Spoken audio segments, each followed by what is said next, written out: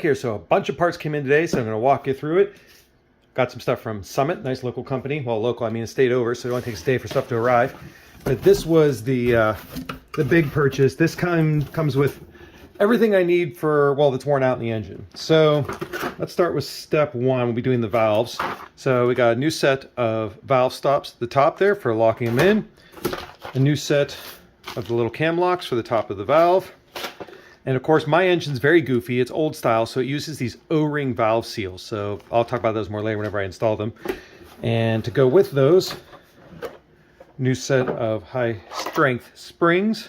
If you ever wondered why they use two sets of springs inside, each spring has a different harmonic frequency. So it doesn't matter what RPM you run at, you won't get the spring harmonically oscillating or creating a valve float situation, which is why you have two located in there. And then we have a box of new hydraulic flat tappet lifters here.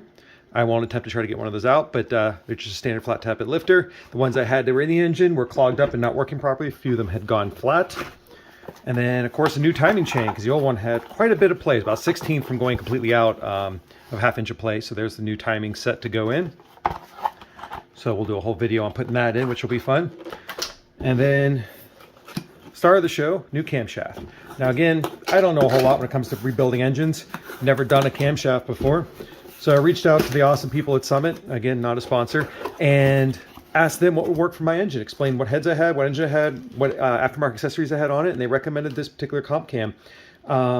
This one, I'll post all the details up online, but it's got a little bit more aggressive cam lobes than the one that was in there from stock. It gives better low-end torque and actually better fuel economy, which is really cool. So thank you guys for the advice on getting a new camshaft. Even though one I had looked pretty good, it wasn't quite excellent. So I did come to find out recently the motor had 70,000 miles on it.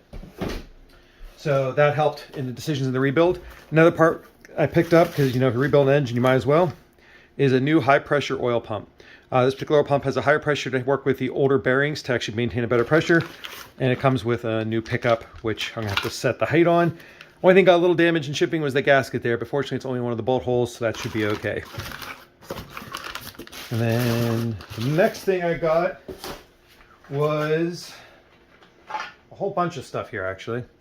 So, I don't know if you know, but the older Pontiac engines, which I learned, they had the 8-bolt water pump assembly, were very inefficient. The engines tend to overheat a lot. Forgive my hands, I've obviously been working on an engine. But the newer improved model was the 11-bolt, which came from the 79 model year and a half newer. So what I did is I picked up a remanufactured version. This one's made in Mexico. All aluminum water pump and valve cover assembly. So this covers up the valve chain timing set that lives behind this cover. And somewhere there should be a new main seal as well for this cover. And it's also got better timing marks on it. So this will be painted black to cover everything up. I got some ultra black high temp RTV sealant for it. Oh, I also picked up some ultra slick assembly lube for the camshaft. Comes with a new diverter plate. This lives inside. This is what allows the pump to suck the fluid up and then pump it out down both sides. And speaking of both sides, it comes with these little adapter tubes that drop down into these holes here that make the seal between that and the plate. Now, there's no point in doing a whole new plate unless you make it look pretty as well. So I picked up some ARP fasteners for the water pump and timing cover to bolt that all together. And to make it all stay leak-free, I picked up this Velcro gasket kit, and it does come, looks like their new main seal for the front crank, as well as a new oil pan gasket for the front lip, because they're all in the same, which is kind of cool with this system. And, just to keep the missus happy, they send you a $100 wine voucher card in with all your accessories, which kind of cracks me up. Got to keep the whole family happy. Anywho, that's all the parts, so make sure you stay tuned for more videos when I start assembling all this stuff. It's going to be awesome. Thanks for watching.